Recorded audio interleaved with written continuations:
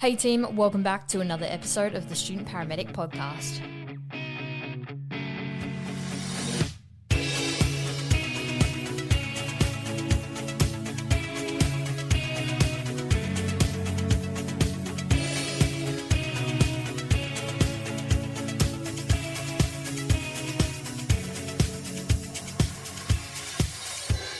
Hey team, welcome back to another episode of the Student Paramedic Podcast. Today I'm sitting down with Silas, and he is the creator of PREMED. He's a paramedic or a crit care paramedic here in the UK, and we're going to talk today about ECGs and particularly talking about sort of a stepwise approach towards it, what we're using it for in the pre-hospital environment, and also then be going into how we sort of communicate a pPCI referral and sort of the challenges that might be faced during that time when you are sort of stressed out doing that for potentially even the first time. So thanks for jumping on today, Silas. Do you want to go through a bit about yourself and a bit about PREMED and what you guys do?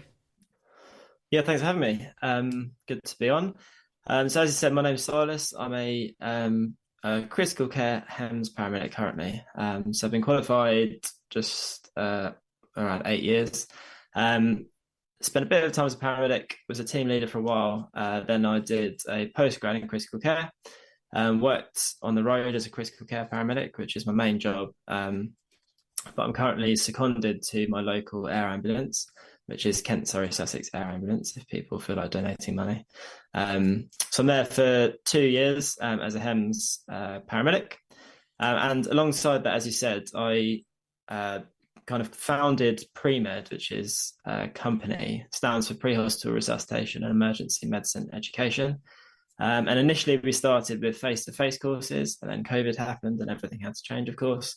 And so we went into webinars predominantly, and now we've moved into e-learning. So our first e-learning course is published, and that is on ECGs, pertinent to this discussion. And so that's called the Pre-Hospital and Emergency Department ECG course, which is a 4-part ECG course designed for anyone from the real basics, kind of first, second year students, all the way through to advanced practice clinicians and probably middle grade doctors. And as it says on the tin, it's for pre-hospital and emergency medicine ECG interpretation. And I guess pertinent to that, I have a diploma in ECG interpretation. So hopefully I know a bit about ECGs, but maybe not the whole lot. Well, we'll find out now, won't we? So that's fantastic. So we'll jump in, I guess. So we'll start off with, why do we even use an ECG? When are we going to apply it particularly in the pre-hospital environment? Yeah, it's a good question. I think ECGs is an interesting one because obviously in emergency medicine, those that have worked there, or, we take patients into ED all the time. We know that there's a lot of tests and diagnostic investigations they use to come to a diagnosis. And so the medical model in kind of textbook application is you see a patient, you do some observations or vital signs to make sure they're not really sick. Then you take a medical history, do a kind of comprehensive systems-based patient assessment. And by doing that, you formulate a list of differential diagnoses. And I was trying to think of maybe 4 or 5 differentials for the presentation. And then you use diagnostic tests to rule in or rule out those differentials, or at least kind of structure them in terms of their likelihood in your mind. And those tests can be anything from blood tests to X-rays, CT scans, and of course, ECGs. And then once you have the results of those tests and you've kind of worked out which is your most likely differential, and that's the diagnosis that we go on to treat. And that's the standard medical model. The interesting thing in pre-hospital care is the ECG is about the only medical test that we have, certainly in standard paramedic practice. Some advanced paramedics use ultrasound. And on HEMS, for instance, we can do pre-hospital lactate monitoring, but it's only really in more rare kind of advanced practice circumstances that there are any other tests that we really use. And so the ECG becomes really important in that context as essentially the only medical diagnostic test that we have in practice outside our just normal assessment. So it's especially important for ambulance staff or pre-hospital staff for that reason. The question of when it is appropriate to do an ECG is a really interesting one. Let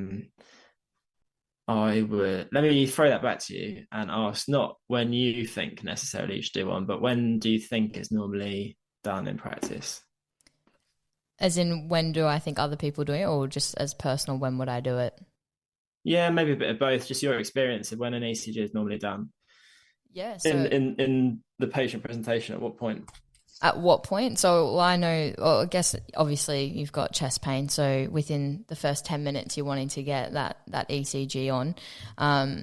Personally, whenever I'm treating people, if there's any sort of syncope of loss of consciousness or like dizziness, I generally will do one. My one is as well the elusive sort of like shortness of breath.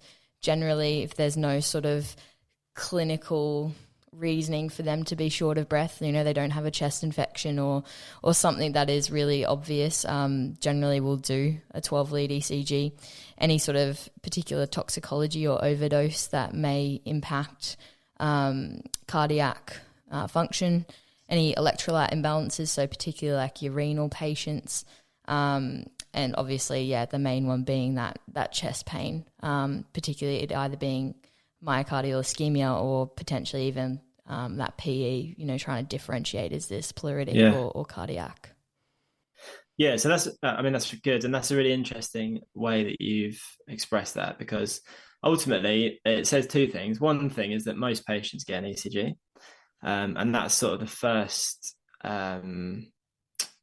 stumbling block that I see in practice. And the other is that, and it sort of comes on from that, and the other thing is that patients should get an ECG for a specific reason. And so if we take the first point, everyone gets an ECG. The problem with that is that people, certainly like students as well, will see that in practice and maybe not kind of reflect on that completely. And so you'll just see everyone gets an ECG, so it just becomes a standard part of, we'll do a full set of obs and an ECG normally. And the problem with that is when you do a full set of vital signs or observations, there's no, in terms of diagnostics, it's not a specific assessment. It's sort of a screening assessment, as in you don't really care what the presentation is. Everyone gets a set of obs because they'll tell you if the patient's quite sick or not very sick, and you can move on regardless of the history. So ECGs are subtly different in that they are a diagnostic test. And so pre-test probability is really important. And that's where, as you mentioned, the different reasons comes into play. So if someone's got chest pain, for example, that's a classic one, isn't it? Chest pain, and maybe they're a bit sweaty. And then you find out in their history that they've got family history of coronary artery disease, or they've had an MI in the past, or whatever. Their pre-test probability, as in pre-ECG probability, is very high for an occlusion, but it's probably quite low for an electrolyte imbalance. And so you do the ECG, essentially really looking for ST changes. But on the other hand, if you go to a renal patient who's missed dialysis and they're a bit breathless, but they're otherwise quite fit and healthy, no significant cardiac history, no chest pain, and you do an ECG, then their pre-test probability of hyperkalemia, for example, is very high, but their pre-test probability for ischemia is quite low. And so when you do the ECG, you should be really looking for T-wave abnormalities associated with hyperkalemia or other electrolyte type ECG changes, but not particularly interested in ST elevation specifically, almost to the point where if that person has ST elevation, you don't really care because you're looking for peak T waves. Do you see what I mean? So I think that's the stumbling block that a lot of people have, certainly new to being a paramedic, is everyone gets an ECG, and then you look at and because your crewmate normally does the ECG, and then you look at it whilst you consider the obs, and then before you know it, you're looking at ST elevation and starting to think if this person's having an MI or not, when you haven't actually got a comprehensive history of what's led to this point. So it's really important to consider, as you mentioned, the presentation and why you're doing the ECG. Is it for chest pain? Is it for breathlessness that might be a PE? Is it for a toxidrome? Is it for renal failure? Because depending on what your pre-test probability is or what you're doing the ECG for, really impacts what you should be looking for when it's done, if that makes sense. Yeah, absolutely. And equally, I guess, too, that reasoning as well is really important, like you said, because even, for example, you might consider the diabetic person that looks really sweaty, doesn't say they have any chest, denies any chest pain, but, you know about things like silent MIs and things like that. So I guess in your sort of, my understanding from what you're saying as well is just having that reasoning about why you're doing what you're doing. Yeah, exactly. And it sort of slots in. As you spend more time with the patient, you get more of an idea of what you think is happening. And I'll try and consciously now think about the underlying physiology or pathophysiology that might lead them to be the way they are. And so obviously when you first meet a patient, when you first walk into the house, you don't really know what that is. So you might have a sweaty patient with diabetes. It could be a hypo, it could be a silent MI.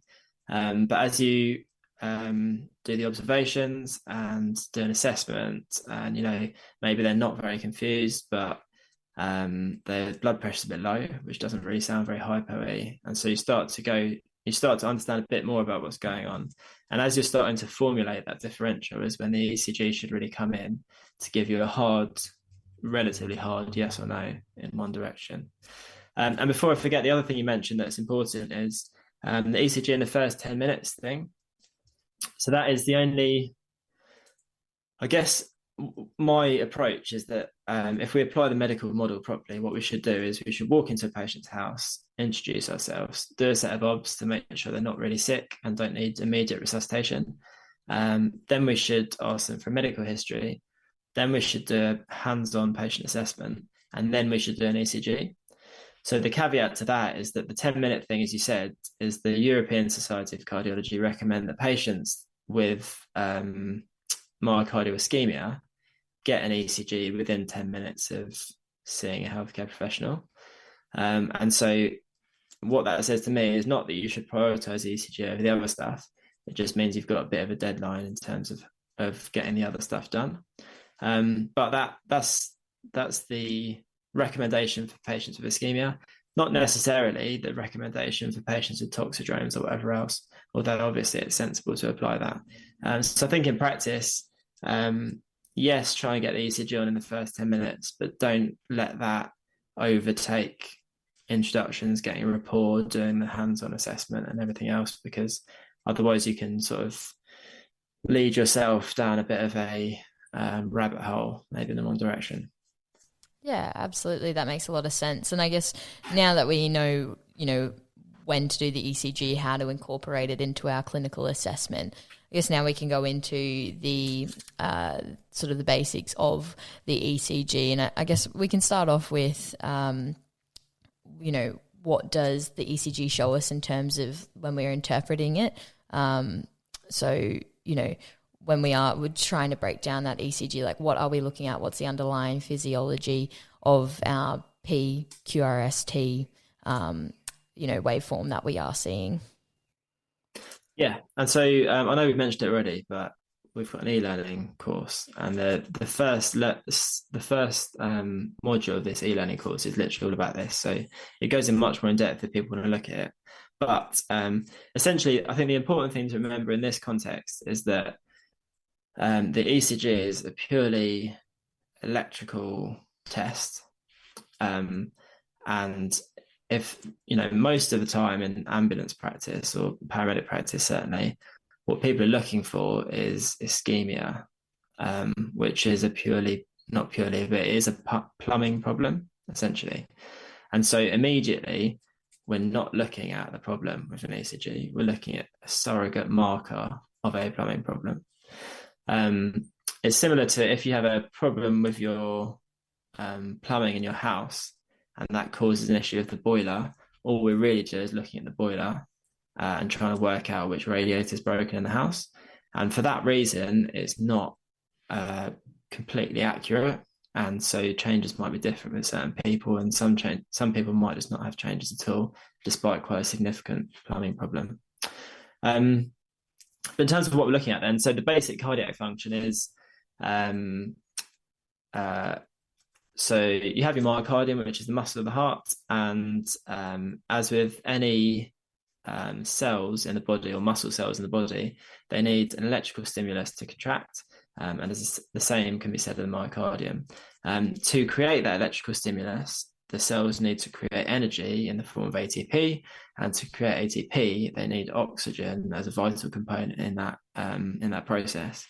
And so to get oxygen to the cells for them to create energy to then contract, they need a supply of oxygen in the blood, which is provided by the circulatory system, but specifically the coronary arteries. So when the left ventricle ejects blood out into the body, there's little openings at the base of the aorta called the ostia, and from those openings come the coronary arteries. And so blood flows through those to deliver oxygen to the heart itself. And so whilst the heart is beating, it's also supplying itself with blood and oxygen. And so the cells contract, and they contract in a fairly uniform way in normal physiology. And so the first thing that happens is the atria contract, and the terms contraction and depolarization are sort of synonymous, as well as relaxation and repolarization. And the reason that is because when the cells depolarize, it's sort of like a battery. If you depolarize a battery, then they create energy and contract. So depolarization causes a contraction, and then repolarization is the relaxation phase. And so that all starts with the SA node, which sits at the top of the atria. It releases a flow of electricity, causes the atria to contract, and actually, as long as we're standing up, that only really contributes about 20% or something of blood flow from the atria to the ventricles. The majority of that happens from gravitational force. The blood essentially just falls into the ventricles. But that happens, and that's when we see the P wave, which is that flow of electricity across the atria. Then you get a kind of flat line, which is the PR interval, and is commonly mistaken as a time when the AV node is holding electrical charge and stopping it from going to the ventricles. Actually, the reason it's flat is because the electricity is going through the atria, and then the bundle of His and the bundle branches below it. And so it's spreading through that network of sort of specialized cells. But because it's spreading through that network of cells and not through the bulk of the myocardium, the electrical activity, although it is there, is too minuscule for the normal ECG to see. And so we just see a flat line, which is the PR interval. And then we get this QRS complex, which looks different depending on what lead you're looking at. And that's basically that's the energy traveling through the ventricles in various different directions, causing the ventricles to contract. And in normal physiology, it causes them to contract in quite a specific way. So from the apex, as in the bottom of the ventricles, sort of squeezing up, which forces the blood out in quite a uniform fashion.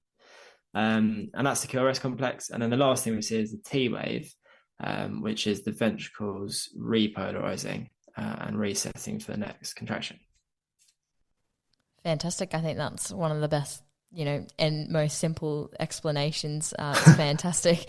So hopefully everyone listening understands all that, because it was a great explanation. Now, obviously now you've talked about how the cardiac cycle works, and sort of what we see on the ECG as a result of that. So I guess then let's go into interpreting ECG then, or starting off with that, breaking down that ECG. Yeah. So interpretation is an interesting one. What you find is I think everything is interesting, because I think ECGs are interesting. Not everyone agrees with me. But the way we interpret ECGs, I think, is interesting, because another thing you see in practice is that people get an ECG, especially people that haven't been taught how to interpret them properly. And teaching does vary amongst institutions, as I'm sure we've all experienced. But people will grab an ECG and they'll either look for things they know to look for, or they just read the thing at the top, or they don't really have a uniform way of approaching it. And you can really get yourself sort of stuck by doing that, especially as we spoke about before. If the only thing you've been taught about ECGs is looking for ST changes, and then you're looking at the ECG of someone with renal failure, and you're just looking for that, it's sort of meaningless. And ultimately, it could mean you go down a wrong treatment pathway and stuff. And so the analogy I always think about is if we went to an unconscious patient or unconscious trauma, or someone that's quite sick, we all know immediately that the way to assess them is through an A, B, C, D approach. And the reason that approach has survived throughout medical history is because it is in order of importance. So an airway occlusion will kill you quicker than ventilatory failure. Ventilatory failure kill you quicker than circulatory failure normally. Circulatory failure a bit quicker than neurological problem, and so forth. And so we address problems in the order of priority in terms of how quickly they'll ultimately kill a patient. And so ECG interpretation should really be systematic in the same way.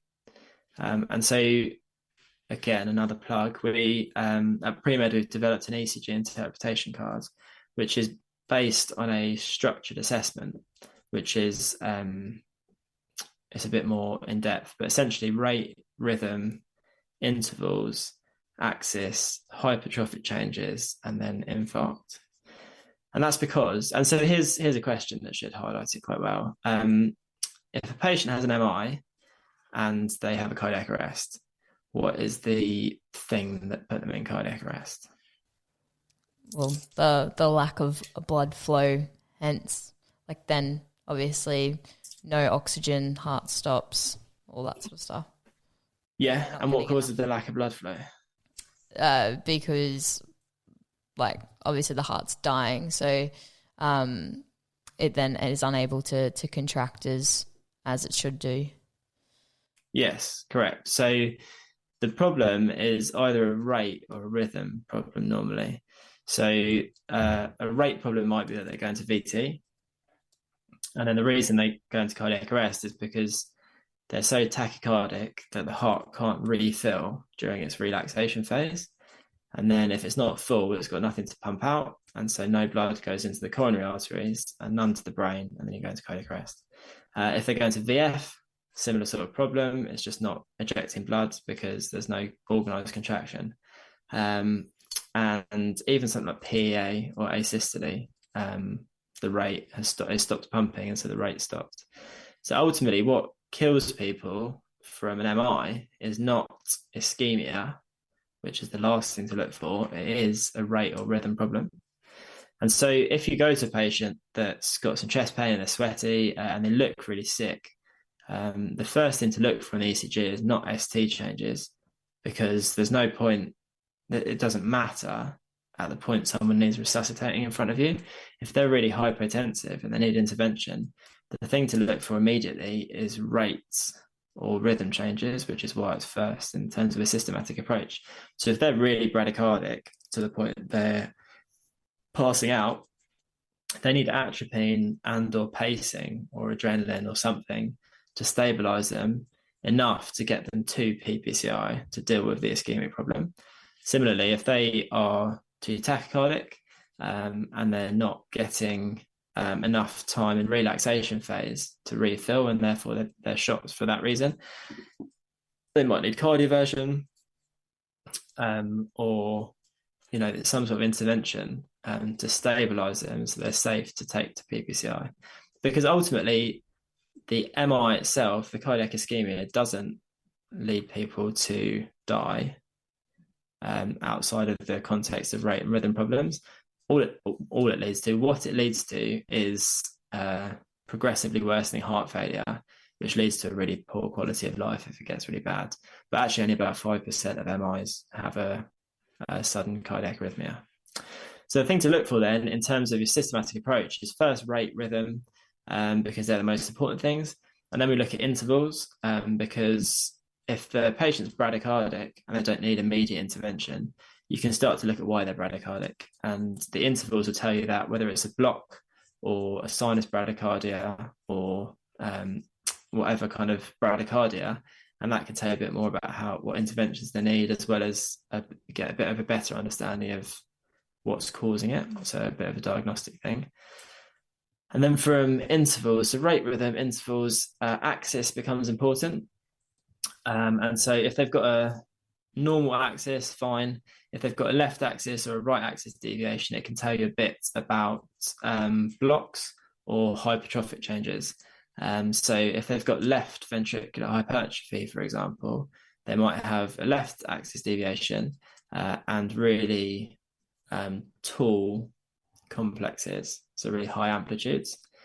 And then if we take that example forward, once you know that, and then you're looking for ischemic changes, and they've got ST elevation, but actually they don't have chest pain, or that their pre-test probability of an MI was actually quite low. It might be that the ST elevation is due to the left ventricular hypertrophy, which is a normal kind of change that occurs with that. And so you don't get caught in that rabbit hole by doing that systematic approach. So yeah, to summarize, rate, rhythm, intervals, axis, hypertrophy, infarct. And there's a lot of examples we could use to explain why that is useful, but probably don't have the time and it'll bore people, I think. That's all right. And I mean, that's something they can go towards your ECG Essentials course anyway, and go into more depth about it. And I think obviously we could go into more depth about it, but we also don't have the visual component, which is a really important part of understanding ECGs. Yeah, because I'm a visual learner. I have to have both. So I think that's the thing, but I think the main thing to take away from it is a systematic approach. And obviously I'd advocate the one that we made because we made it, but there's plenty of other systematic approaches if you look online. And ultimately they all recommend the same thing for the same logic that we've discussed. But the main takeaway point I would say is to use a systematic approach, not a pattern recognition one. There's maybe one or two times when pattern recognition is useful, but pretty much never. Well, that's an important part of all pre-hospital, like you said, and it's something that's constantly brought up amongst heaps of guests is having a systematic approach, and it reduces that cognitive overload that you may have when you are, say, new to ECGs and you're new to the job or unsure about a particular case, and you have a systematic approach that works. If you're constantly doing it on every single ECG, it just becomes habit of doing it in that systematic way, and that way you reduce your risk of errors and cognitive overload. Yeah, and I think it also helps you justify in your own mind why you might not get to the point of diagnosing an MI, for example, because, if someone's, as a CCP, we normally back people up, like we're normally second on scene to sick patients. And I'd be far more interested in if a newly qualified paramedic went to someone that was quite unwell and they recognised that they were like really bradycardic or really tachycardic, and then they requested a CCP, and then they spent their time getting vascular access, giving some fluids, atropine, whatever.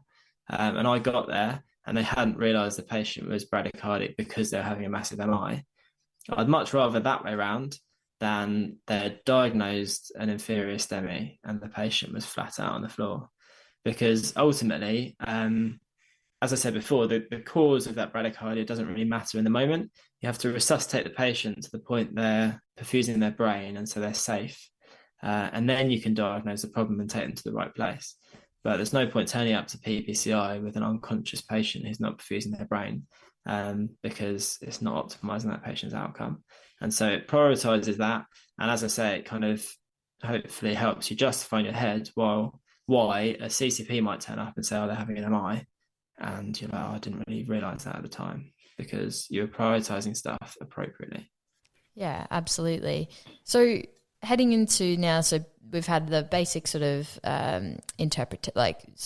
we've had the breakdown of ECG, we've broken it down into the systematic approach. Potentially you have found an ischemic event, the patient is having, say, a STEMI. You are referring them to pPCI, and obviously pPCI is different between, say, Australia and the UK to the US, in terms of how you do that, and between policies, between different sort of trusts that you work in. But like you said at the start, or like we said off air prior, there are some challenges that come along with pPCI referrals. Did you want to go through more about that and give some strategies to assist with that? Yeah, so I guess it depends on as you say, what you are geographically and the service you're in and relationships your service has with the local hospitals, as well as not even just services, but even specific local areas, I would say. And it can get political. I think the thing to take away from it, and so when I was newly qualified, confident, but probably not that competent, I used to get really annoyed when pPCI would refuse a case or to tell me to go to a local A&E, not come to them, or I thought they were being difficult and didn't really understand the bigger picture. And so, but now I probably do a bit better. And so, I think there's a few things that are important. One is that the European Society of Cardiology, which is the basis for Resus Council guidelines and things in the context of MIs and ECG interpretation. So they recommend that certain criteria, which are, as you mentioned, ST changes, acute, like new onset left or right bundle branch block, in symptomatic patients, essentially go direct to cath lab, but there's time constraints around that. So I think they recommend 120 minutes from the first ECG to cannulation of the artery or something along those lines. And that in itself is based on the evidence that after 2 hours, thrombolysis is probably better than primary PCI. And so it becomes very complex in that regard. But then they caveat that with a recommendation that trusts should develop protocols to achieve that recommendation. So it's not that individuals should, off their own back, make decisions and try and refer to people, because you wouldn't get a quality of access to healthcare for everyone. And it would be very much dependent on whether you've got an ECG interested person going to your MI or someone that's not particularly interested in ECGs. And also, really importantly, in the current NHS, like bed space is a big issue. So if a patient needs to be anaesthetized for their PCI, they will need an ICU bed after that. Or even more relevant, I suppose, if the people, like my local cath lab has 2 theatre rooms for procedures, and if they're both having, if they've got a patient in each having a PCI, then that has to be taken into consideration. And so in that context, it might be better to go to A&E at that hospital, because they'll get better all-round care whilst they're waiting for the theatre to become available. So there's a lot of reasons why pPCI might say yes or no. And I think the other thing to remember is that no one kind of comes to work to be difficult, or very few people do. And so whilst we get a lot working with different agencies and different trusts, especially when we're not having face-to-face conversations, people can get really annoyed with each other because lots of communication difficulties. But the thing to remember with all of that is that everyone's turned up to work to provide the best care they can within the constraints that they're able to. And I guess what I'm coming on to is ultimately, and I don't know what your system's like, but most places will have a system where ambulance service gets either a positive or negative ECG according to really specific criteria, normally ST elevation, and they can either activate the cath lab or not. Maybe they need permission or they don't.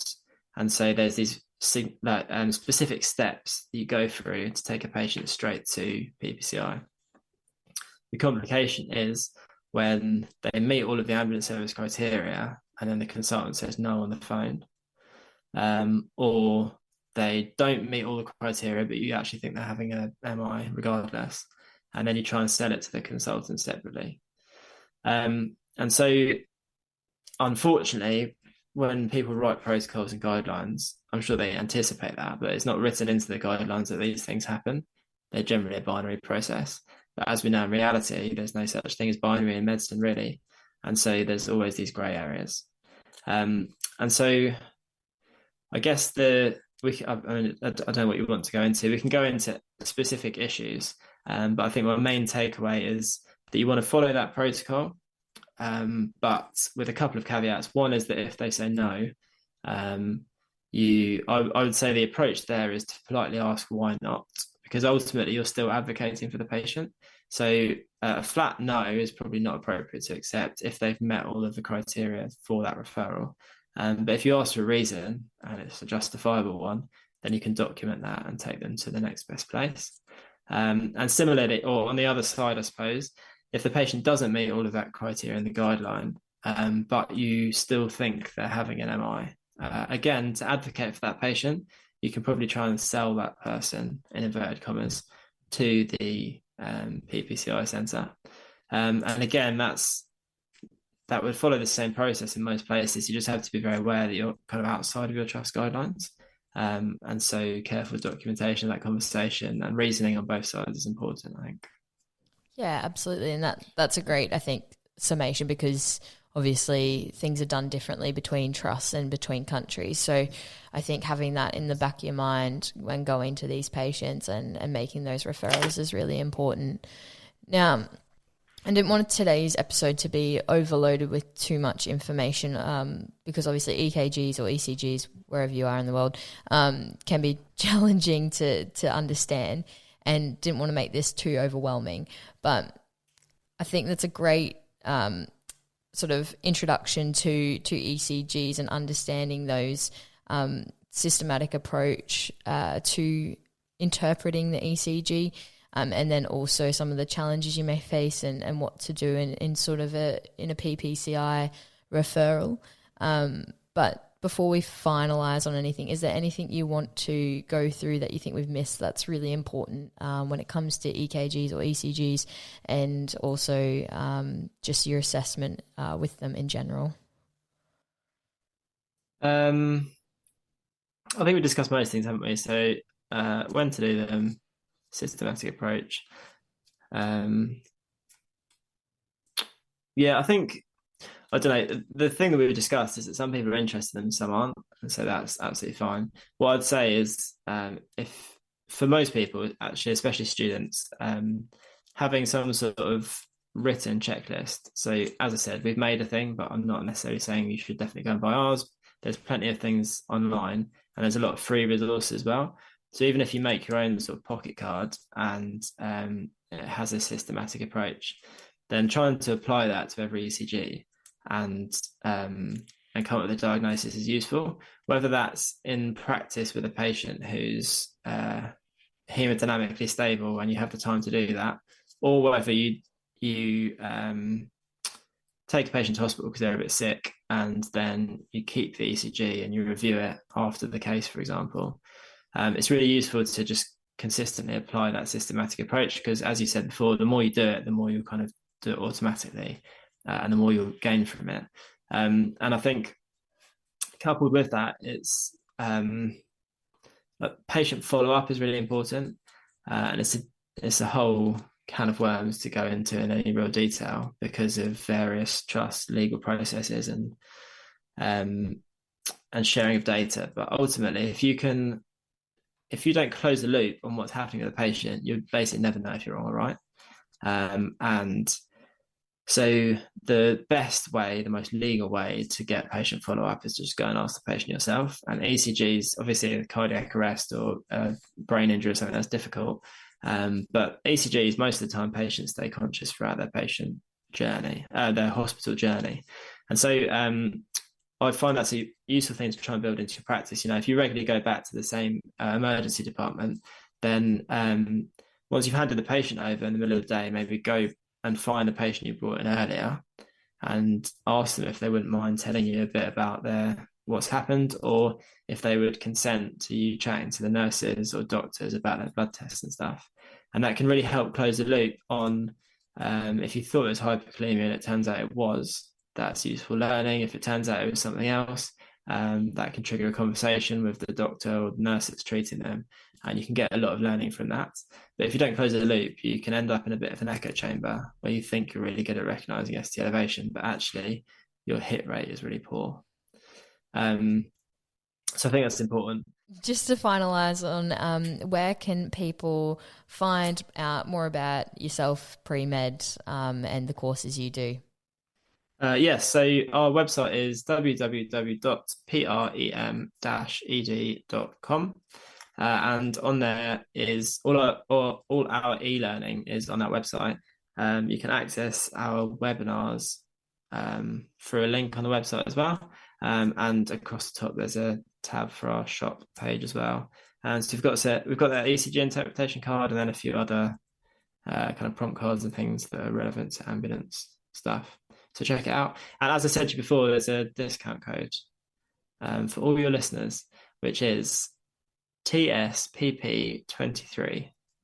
And that will work on our website and at the shop, and that's 20% off. Thank you so much. That is fantastic. And I really do hope that all of our listeners who are really interested in learning more about ECGs and improving their systematic approach with it do check out your resources because obviously it's fantastic. So I hope that they jump on board with that. And thank you so much for taking time out of your day to jump on and have a chat about ECGs and sort of break some of the myths about how scary they can be and giving us a nice systematic way of interpreting them. No worries. Thanks for having me. It's been good. Thanks for listening to this episode of the Student Paramedic Podcast. You can connect with us on Instagram, Facebook, Twitter, or you can email us at thestudentparamedicpodcast@gmail.com.